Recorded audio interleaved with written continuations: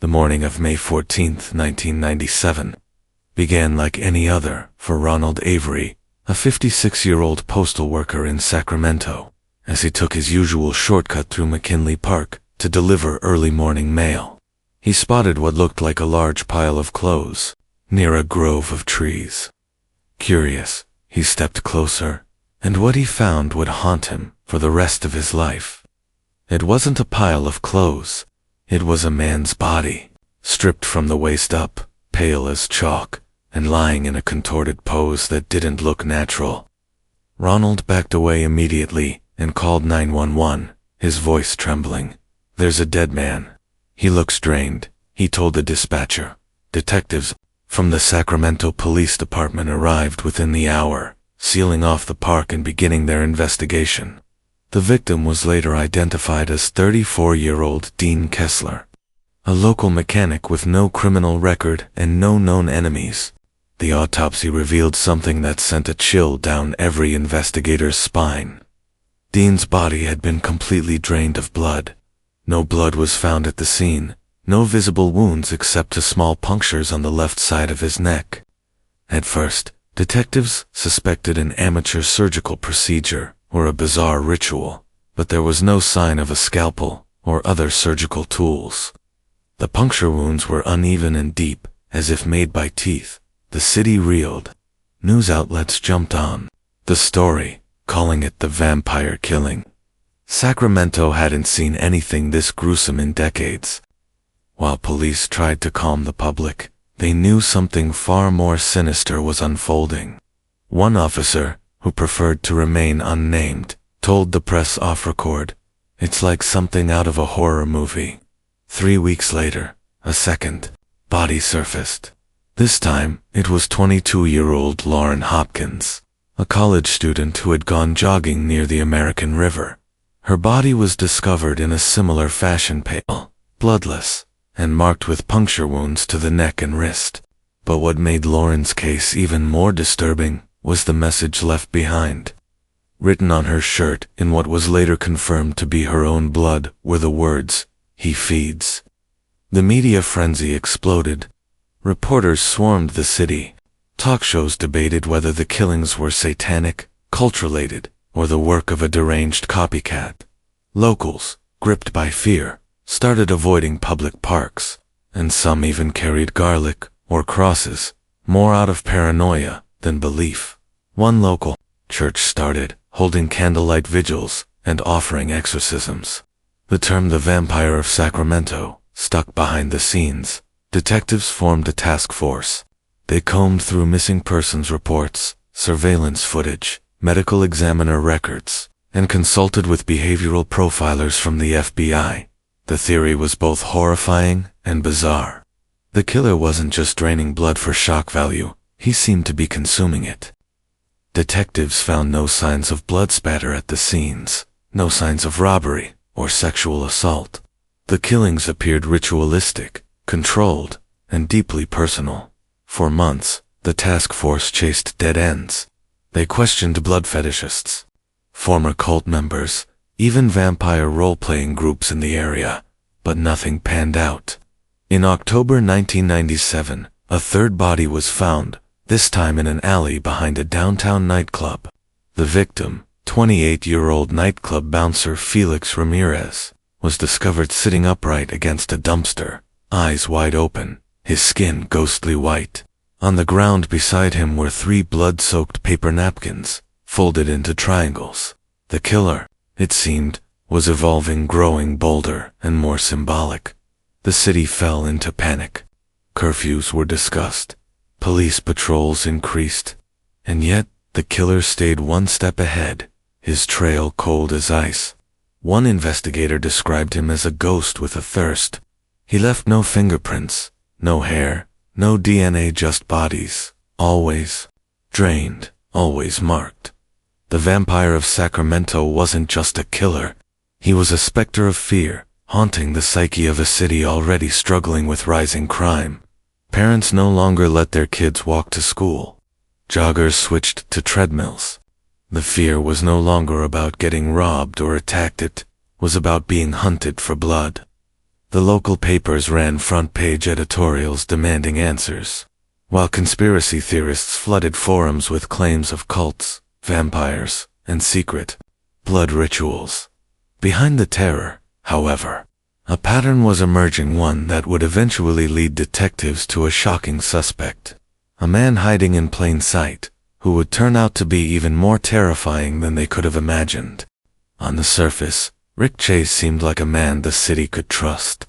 At 38, he was a quiet, soft-spoken resident of East Sacramento. He wore crisp, clean uniforms, drove a modest white van, and worked a job that ironically placed him close to death.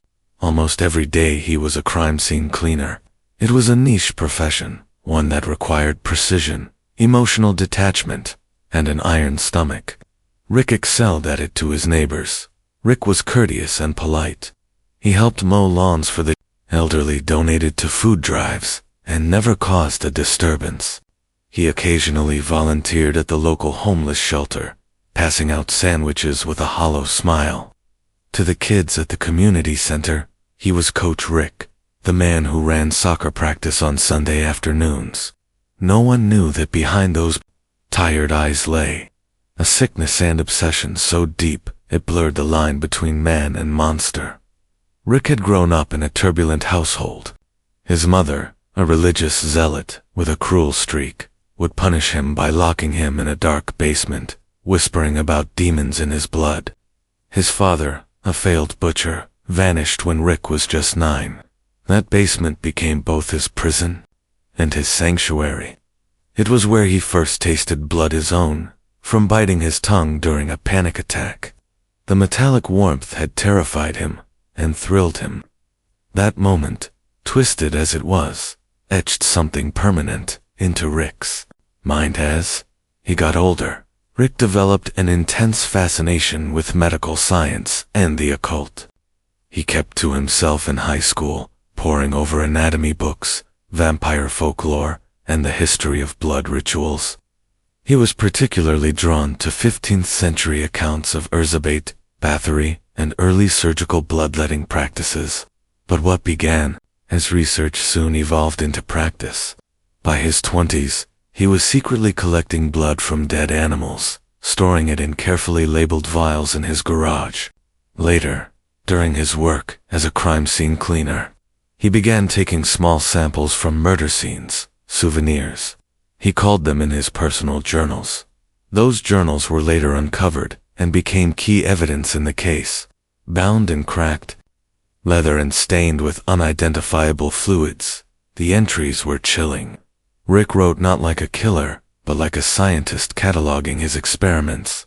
He referred to his victims as subjects. He detailed their blood types, clotting times, temperatures. Some entries contained sketches of dissected veins, punctured diagrams, and feeding schedules.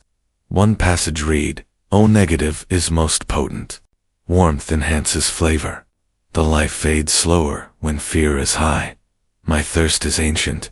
While the police were still lost in the fog of uncertainty, Rick remained one of many on their extensive suspect list. There was nothing linking him directly to the killings. No criminal record, no behavioral red flags. If anything, he often seemed too ordinary. He lived alone, paid his taxes, and was even issued commendations for cleaning up after particularly gruesome incidents. But cracks began to show in late 1998. Rick's van was caught idling near a park, hours before the discovery of victim number 5. When questioned, he claimed he was scouting a job. Investigators made a note, but lacked enough to detain him. A few weeks later, a homeless man reported seeing a guy in a white van with rubber gloves, sniffing something from a jar. Again, no proof, just strange anecdotes. Rick was a ghost that never tripped the alarm. Meanwhile, his obsession deepened. He began performing private rituals in his soundproofed basement, mimicking ancient blood rites with candles, symbols, and recorded chants.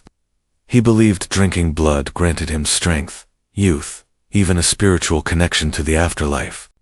He was convinced that he was destined to cleanse the world of wasted blood. His targets weren't random. He picked people he believed wouldn't be missed: addicts, transients, loners. In his mind, he was doing a favor, recycling life. As he put it, the most disturbing evolution came when Rick began practicing restraint. Earlier victims were killed and drained quickly. Later ones were kept alive for hours, sometimes days, as he experimented with their blood flow, trying to harvest it more slowly. He created his own devices, modified IV drips and vacuum tubes, refining his methods with clinical detachment. He wasn't just a predator. He saw himself as a pioneer of a new science, a blood alchemist. His dual life persisted for nearly 3 years. In the daytime, he cleaned the remnants of other people's violence. At night, he created his own. Police would eventually discover hidden compartments in his van, syringes, vials, a makeshift mini fridge. In his home, behind a false wall, was a room no one had ever seen. Inside, they found rows of blood jars, labeled with dates and types, a reclining chair stained with fluids, and a single phrase carved into the wall: "They sleep, I rise." Despite everything, Rick didn't consider himself a killer. He viewed his acts as a form of ascension, liberating the life force from dying vessels. The media would call him a monster, but to Rick, he was evolving beyond humanity, a new species born from ritual and blood. As his control unraveled and his rituals intensified, Rick became more reckless. He stopped hiding in shadows. He began leaving behind clues, taunts, and it was that hubris belief that he was untouchable that would eventually lead to his downfall. By late December 1998, Sacramento had lived under the shadow of the vampire for nearly 2 years. Despite mounting pressure, the task force still lacked hard evidence or a viable suspect. But change came unexpectedly when Rick Chase made his first stand, perhaps biggest mistake. Her name was Alicia Reed.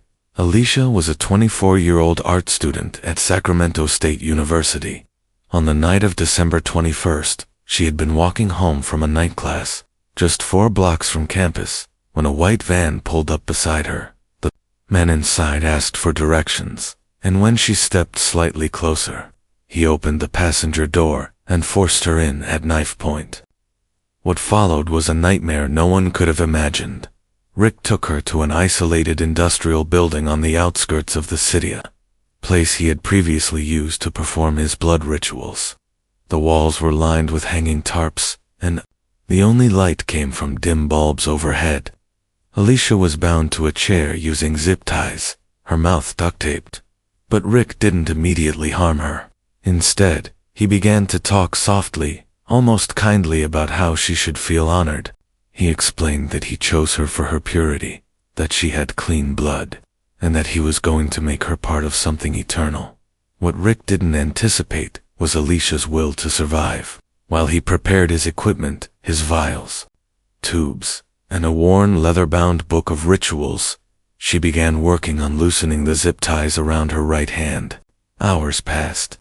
Rick, in a trance-like state, chanted softly to himself and drew symbols on the floor with red chalk. He was too absorbed in his ritual to notice the small victories she was making, wiggling her hand just a few centimeters more, quietly rubbing the plastic against a sharp bolt on the chair leg. By dawn, she had freed her hand and ripped off the duct tape. As Rick stepped away to adjust a lamp, Alicia lunged at him, biting his forearm with such force that he screamed and fell back. She bolted for the exit, barefoot and bleeding, sprinting across the freezing pavement until she spotted a gas station a block away. She burst through the doors, collapsed behind the counter, and gasped, "He drinks blood. Help me." The gas station clerk called 911 immediately, and officers responded within minutes. Alicia's account was both chilling and specific. She described the van, the interior of the building, the tools, the layout, even Rick's face. She remembered the shape of the scar above his right eyebrow, and the way he muttered in what she thought might be Latin. Investigators knew they finally had a break. They traced her description to an abandoned warehouse near the rail yards. What they found inside confirmed everything. blood-stained sheets, candles, tubes, old 4-bags, syringes, even a detailed drawing of Alicia's face, labeled Vessel 13. The van was gone, but fingerprints, fluid samples, and ritualistic drawings matched previous evidence from other scenes. A composite sketch, based on Alicia's memory, was released to the public on December 24, 1998. Several tips came in almost immediately, but one in particular stood out. A former co-worker of Rick's at BioClean Trauma Services identified the man in the sketch as Rick Chase. When detectives pulled his personnel file, they were stunned to find that Rick had worked cleanup jobs at 5 of the known vampire murder scenes. It was the link they'd been missing. A warrant was issued that night. Police arrived at Rick's house in East Sacramento the following morning, but he was gone. The interior was disturbingly pristine. Nothing out of place. The kitchen was clean, the living room untouched, the bedroom made. But in the basement, they discovered a false wall behind a shelving unit. Inside was a small, sealed room, a laboratory of horrors. The room held 6 industrial refrigerators, all filled with glass vials of blood labeled with dates and initials. A reclining chair in the center was stained with dried blood and surrounded by mirrors. Dozens of audio tapes were stacked on a nearby shelf, each labeled feeding session with numbers, and on the wall, written in blood, was a single phrase: "You can't kill the undead." The press exploded. Sacramento, and soon the entire nation, learned the identity of the vampire. Rick Chase's face was plastered on every television, newspaper, and online forum. The FBI was brought in. A manhunt began, stretching across California. For weeks, Rick was silent. No more murders, no sightings. It was as if he'd vanished into the ether. But then, on February 12, 1999, 2 homeless men were found dead in a shipping yard just outside Stockton, 45 minutes from Sacramento. Both were drained of blood. A bloody napkin was left on one man's chest with a message scrawled in red ink: "You had your chance." Investigators were furious and terrified. Rick had resurfaced, and he was taunting them. But more importantly, he was showing signs of psychological unraveling. The controlled, ritualistic killer was becoming more erratic, more aggressive. The ritual was no longer enough. He wanted revenge, to punish those who had dared to hunt him. The clock was ticking. Rick Chase had slipped through the cracks one final time, but his arrogance would become his undoing. He believed he was immortal, untouchable. He didn't realize how close the walls were closing in. By spring of 1999, Rick Chase was the most wanted man in California. His face had become a symbol of terror. The Vampire of Sacramento wasn't just a nickname anymore, was a legend. He had drained the blood of his victims with surgical precision, evaded police for over 2 years, and even taunted them with cryptic blood-written messages. But Rick's confidence, or perhaps delusion, was starting to unravel. And for the first time, the hunter was being hunted. Law enforcement was relentless. With support from the FBI and neighboring jurisdictions, Sacramento police scoured every lead. They analyzed his journals, crime scene layouts, and ritual patterns for any sign of predictability. Behavioral profilers painted a chilling picture. Rick was not just driven by psychosis. He was methodical, intelligent, and deeply egotistical. He believed he was beyond the reach of mortality. That belief made him dangerous, but it also made him reckless. Then, on April 3, 1999, Rick surfaced again. This time, in Fresno, nearly 170 miles from Sacramento. A man matching his description was caught on CCTV at a medical supply store, attempting to buy blood bags using a stolen ID. He vanished before authorities arrived, but the footage was clear. It was him, same scar above the eyebrow, same hollow eyes, same careful, measured walk. The sighting reignited the hunt. Police focused on rest stops, shelters, and abandoned buildings along Highway 99, the route connecting Sacramento and Fresno. It was during this operation that a CHP officer, Brandon Keller, pulled over a white van near Modesto. It was 3:17 a.m. The van had no rear license plate and matched a bolo issued just days before. The driver, a man wearing gloves, sunglasses, and a baseball cap, seemed calm. To calm. Officer Keller, unaware of who he was dealing with, asked the man for registration. The driver handed over a crumpled paper and said his name was Joseph Lang. But when Keller returned to his cruiser and ran the name, it didn't check out. A second patrol unit was called in for backup. When they approached the vehicle again, Rick's calm mask cracked. He tried to speed off, leading officers on a brief pursuit that ended when the van collided with a tree off a rural service road. Rick fled on foot into the surrounding orchard, but was apprehended within minutes after a K-9 unit cornered him inside a drainage ditch. The vampire had been captured in the light of dawn, fittingly, after years of stalking shadows. The arrest shook the nation. News outlets ran headlines like "Vampire Killer Caught at Last" and "The Monster Behind the Mask." At the press conference, Sacramento PD Chief Warren Glass said, "We have stopped a man who believed he was immortal, but he bleeds like the rest of us."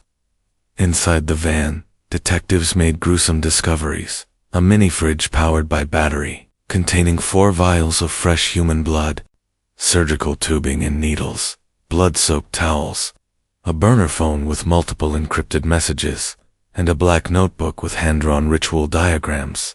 But it was Rick's calm during processing that disturbed investigators the most. During initial questioning, Rick spoke little. He smiled occasionally, especially when referred to by his nickname, the Vampire of Sacramento. He said once, chuckling, "Clever branding." He referred to his killings as extractions and his victims as volunteers, even when shown their photos. When asked why he drank their blood, Rick said, "To complete the cycle. They wanted to live forever. I helped them." The psychological evaluations began almost immediately. Forensic psychiatrists diagnosed him with paranoid schizophrenia, severe narcissistic personality disorder, and a delusional belief system centered on blood as a divine force. But there was also lucidity, a chilling, manipulative intelligence behind his madness. He understood the law. He understood what he had done, and yet, he felt no remorse. Trial preparations began in early 2000. Prosecutors faced a complicated case. Though the physical evidence was overwhelming, Rick's mental state created debate over whether he was fit to stand trial. His defense attorney argued insanity, citing the journal's ritualistic behavior and belief in immortality. But prosecutors countered with witness testimony, blood samples, journal entries, and audio tapes of Rick narrating his crimes in a calm, calculated voice. The trial, which began in August 2000, captivated the country. The courtroom was filled, daily press psychologists, true crime authors, and even curious locals who once called Rick Coach. The prosecution played a chilling piece of audio in which Rick described his third victim, Lauren Hopkins. Her blood was warm, fresh. You could feel her fear pulsing. "I thanked her before she passed. That's respect." The jury listened in stunned silence. Prosecutors argued that Rick wasn't insane. He was evil. He knew what he was doing. He planned it, and he relished in the pain. Rick himself testified, against his lawyer's advice, stating under oath, "I am not guilty. I was chosen. And you can't imprison what you don't understand." But the jury understood enough. After 8 weeks of testimony, 64 pieces of physical evidence, and over 20 witness accounts, the verdict was read, guilty on all counts. Rick Chase was sentenced to 12 consecutive life terms without the possibility of parole. As he was led out of the courtroom, he turned to the gallery and whispered, "This isn't over. You'll see me again." Rick was sent to Pelican Bay State Prison, one of California's most secure facilities. For the first time in years, Sacramento slept a little easier. The vampire was behind bars. The nightmare, it seemed, had ended. But evil, as they would soon learn, sometimes has a longer reach than expected. After his sentencing, Rick Chase disappeared into the depths of Pelican Bay State Prison, a facility notorious for housing California's most dangerous criminals. For many, it was the end of the nightmare. The Vampire of Sacramento had been caught, convicted, and locked away forever. Sacramento began to heal, but for those who had come face to face with the darkness he created, the scars never truly faded, and as time passed, a more disturbing truth began to surface. Rick's legacy didn't die in that courtroom. In some ways, it had only just begun. Prison staff described Rick as eerily composed. He didn't lash out. He didn't fight. He simply existed, watching, writing, and waiting. He spent most of his time in solitary confinement, rarely speaking except to ask for red pens and notebooks. Over the years, he filled dozens of journals with cryptic writings, diagrams, ritual notes, and disturbing reflections on the nature of blood, life, and death. The guards nicknamed him Dracula, though never to his face. One guard later admitted he never looked angry, just hungry. Rick's correspondence from prison was monitored closely.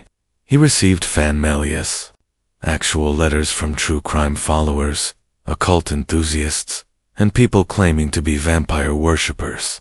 Many sent drawings, poetry, or fragments of their own blood, hoping to connect with what they saw as a transcendent figure. Some even called him a prophet. Authorities later discovered that Rick had secretly inspired a small online cult. On obscure forums, users dissected his journal excerpts, traded ritual guides, and shared rumors that Rick's murders had unlocked some blood path to spiritual awakening. One disturbing post claimed, "He wasn't a monster. He was evolution, and we are his children." It wasn't just online. In 2002, 2 years after Rick's sentencing, a gruesome double homicide occurred in Reno, Nevada. The victims were drained of blood, and nearby was a symbol eerily similar to one found in Rick's prison notebooks, a crescent moon inside a red triangle. Authorities immediately suspected a copycat. Then came another killing in Oregon, then one in New Mexico. While none matched Rick's precision or ritual depth, the symbolism was unmistakable. Though imprisoned, Rick's ideology had taken root. Meanwhile, families of Rick's victims struggled to move forward.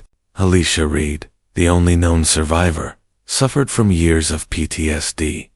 She changed her name, relocated, and rarely spoke publicly about what happened. But in a rare 2005 interview, she said, "He wanted to be a god. I saw it in his eyes.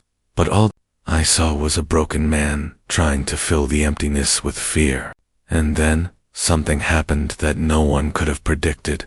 On June 6, 2006, at precisely 6:06 a.m., Rick Chase was found dead in his prison cell. The scene was bizarre. He had used a sharpened piece of metal hidden in a pen casing to slice open veins on both his wrists and throat. Blood was smeared across the concrete wall in intricate symbols, most prominently a 7-pointed star with a single eye in its center. But what shook investigators the most was the message written in Rick's own blood beneath it: "Still hungry." There was no suicide note, no final manifesto, just silence and blood. Some believed it was an act of defiance. Others saw it as a final ritual. One prison psychiatrist claimed Rick had been deteriorating for months, barely eating, becoming more obsessed with death than ever before. Yet, even in death, he maintained a terrifying grip on those who studied him. The autopsy revealed a shockingly low hemoglobin level, consistent with slow bloodletting over time. Essentially, Rick had been draining himself, bit by bit, as part of a long, deliberate ritual.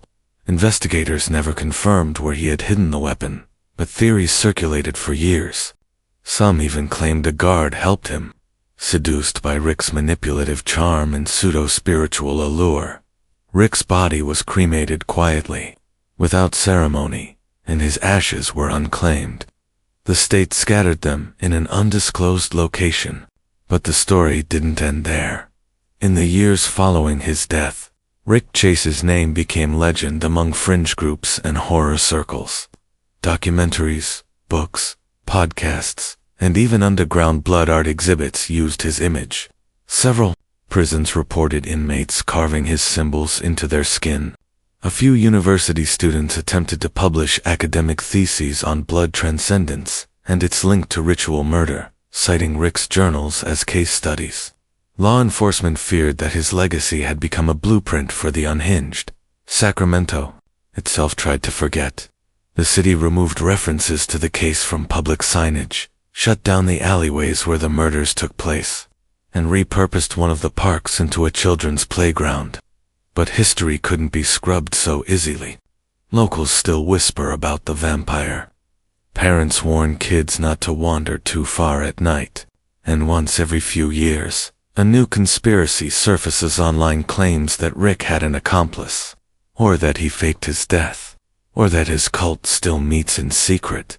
But for detectives like Miriam Colwan, of the lead investigators on the case, the answer was simpler and far more chilling. He didn't need to fake his death. He got what he wanted, she said in a 2023 interview. He wanted to be remembered, and he is. Rick Chase's story is a haunting reminder that evil can hide behind familiar faces, that monsters aren't born from darkness, but sometimes from the quiet corners of a neighbor's garage. His crimes weren't just about death, they were about control, belief, and the horrifying power of obsession. To this day, the words he carved into his cell remain etched in Sacramento's collective memory. Still hungry.